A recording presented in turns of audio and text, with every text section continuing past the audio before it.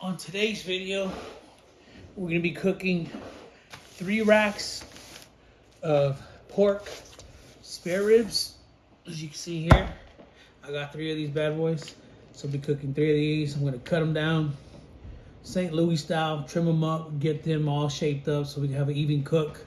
Besides the ribs, you know, obviously we're gonna be using brown sugar. That's one of the main ingredients that we use. I'm gonna do 3 different styles today. I'm gonna be doing a Frank's hot sauce with honey. I don't know if you guys have ever tried that, but I highly recommend that you give it a try.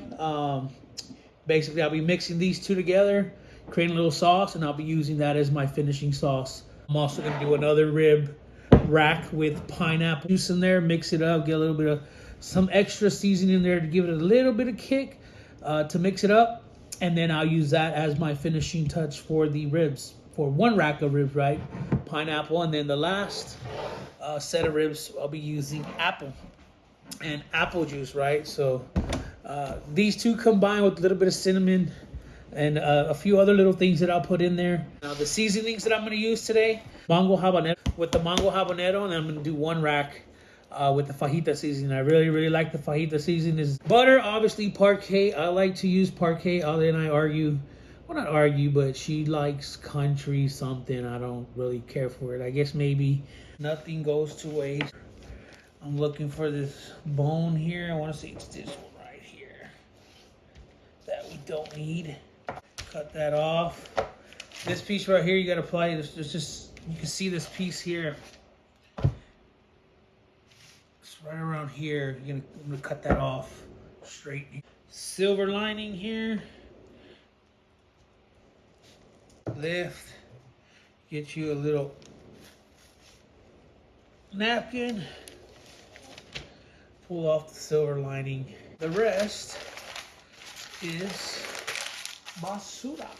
It might be a little bit easier to cut.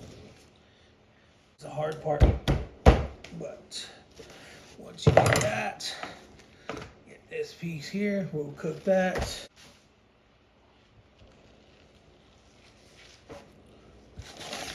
All right, good. Skin is peeled, everything's good. And my binder is and always will be mayo. So get you some mayo. Well, this one is a lot thinner, so you know, just be careful. I guess most of the flavor for these ribs, right? So get rid of that.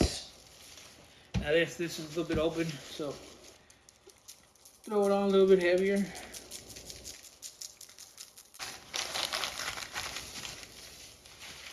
All right. Setter. I got a little trick some of y'all may not know about, but if you, you know, when you put down your aluminum foil on a tray it with water,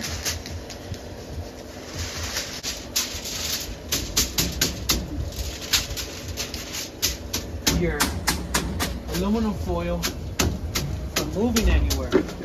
Okay, so now what we're gonna do, we're just gonna put the ribs on.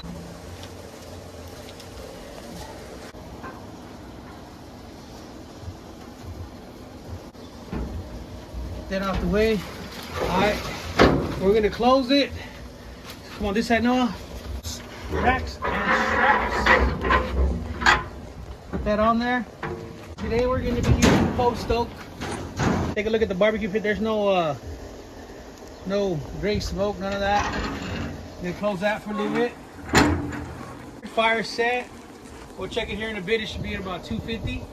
And leave it there. We're gonna take a look at the ribs. And spritz them. Get over here, Noah. Get over here. Take a look at the ribs. That's about an hour in. Just gonna spritz them a little bit. But that's what they look like. We're gonna spritz it. All right, so I'm basically gonna use this whole thing of pineapple juice, and I'm gonna cook it on the stove. I'll show you what it looks like when I'm done cooking.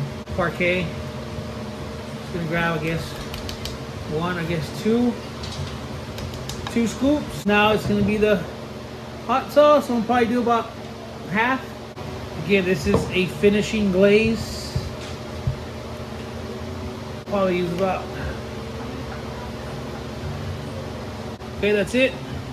This is what it looks like. There's a little bit of butter in there, but I'm gonna put in the microwave, warm it up, let it thin out a little bit, and that's it. All my glazes, I'll show you here in a bit. All right, y'all. That's what the apple looks like. This is what the pineapple looks. Okay, y'all. I'm gonna put them in there with brown sugar and butter. Then I'm gonna wrap them.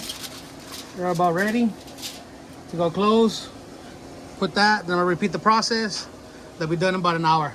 All right, that's it. This is the finished product. They came out a little darker than what I anticipated, but to me the flavor's still there. So these I'm gonna do with the red hot and honey.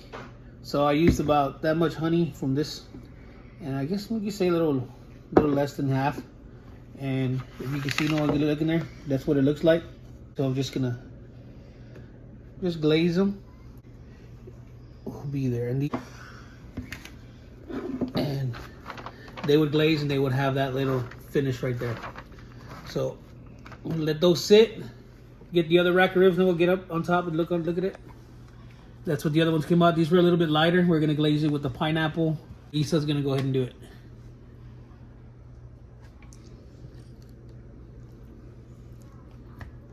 Yeah.